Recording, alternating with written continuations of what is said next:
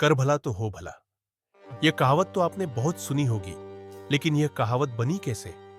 आज हम आपको इसकी कहानी सुनाएंगे। प्राचीन समय की बात है। सुंदर नगर में सुकृति नामक एक राजा राज्य करता था। राजा सुकृति बहुत दयालु, सेवाभावी और धर्मपरायण राजा था। किंतु सुंदर नगर की सुंदरता पर मोहित होकर आए दिन कई राज्य आक्रमण किया करते थे। राजा सुकृति के राज्य में भीमसेन नामक एक बहादुर और निडर सेनापति था। वह कभी भी आक्रमणकारियों को राज्य की सीमा में प्रवेश नहीं करने देता था। सेनापति राज्य के प्रति वफादार तो था, लेकिन एक बार एक युद्ध में जीत उन्हें बहुत महंगी पड़ दी। उसमें सेनापति भीमसेन बुरी तरह से घायल हो गया और साथ ही बहुत सारे सैनिक मारे गए। इसी बीच भीमसेन का एक मित्र उससे मिलने आया।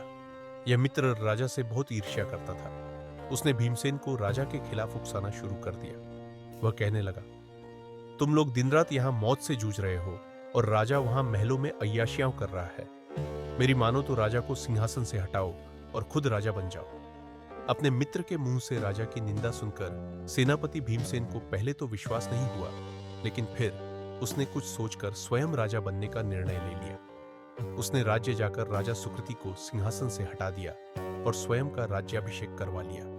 वह राजा सुकृति को गिरफ्तार कर बंदीगृह में डालना चाहता था, लेकिन अवसर देख सुकृति भेष बदलकर जंगलों में भाग गया। राजा भीमसेन ने सुकृति को कैद करने के लिए 1000 स्वर्ण मुद्राओं के इनाम की घोषणा की। सैनिक तो सैनिक, लेकिन राज्य के अन्य व्यक्ति भी इनाम की आकांक्षा से सुकृति को खोजने लगे। हालांकि राज्य के ज्यादातर समझदार लोग सुकृति से भीमसेन द्वारा राज्य छीन लिए जाने से दुखी थे। इधर राजा सुकृति जंगल के रास्ते राज्य से बाहर निकलने ही वाला था कि उसे सामने से एक व्यक्ति आता दिखाई दिया, जो दिखने में बहुत चिंतित लग रहा था। राजा सुकृति के नजदीक आकर वह बोला, भाई, जरा राजा सुकृति के महल का रास्ता बता देना, मुझे उनसे जरूरी काम है। राजा बोला, सुकृति से क्या काम है? अजनबी बोला, मैं पास के गांव में रहता हूं। मेरी पत्नी बहुत बीमार है। उसके इलाज के लिए मेरे पास पर्याप्त धन नहीं है। मैंने सुना है राजा सुकृति बहुत दयालु राजा है। कोई भी दीन दुखी उनके महल से खाली हाथ नहीं जाता।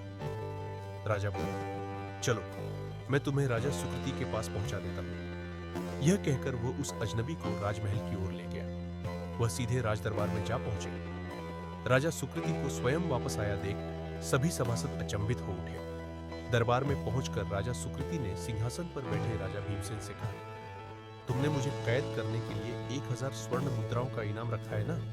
वो इनाम इस व्यक्ति को दे दो। ये मुझे लेकर आया है और मेरे साथ तुम जो चाहो सो कर सकते हो। राजा सुकृति की दयालुता को देखकर सेनापति भीमसेन का मस्तक शर्म से झुक गया। वह सिंहासन से उठा और महाराज के चरणों में गिर पट्टा। उसे अपनी गलती का एहसास हो गया। इसलिए कहते हैं, कर भला तो हो भला। राजा ने भला किया तो उसका भी भला ही हुआ। राज्य में फिर से शांति लौटी, अन्याय का अंत हुआ और भलाई की इस विजय गाथा को लोग पीढ़ियों तक सुनाते रहे। कर भला तो हो भला। अगर कहानी ने आपके मन को छुआ हो तो सब्सक्राइब जरूर कीजिए, ताकि हर हफ्ते एक नई सीख, एक नई कहानी आपके पास पहुंचे।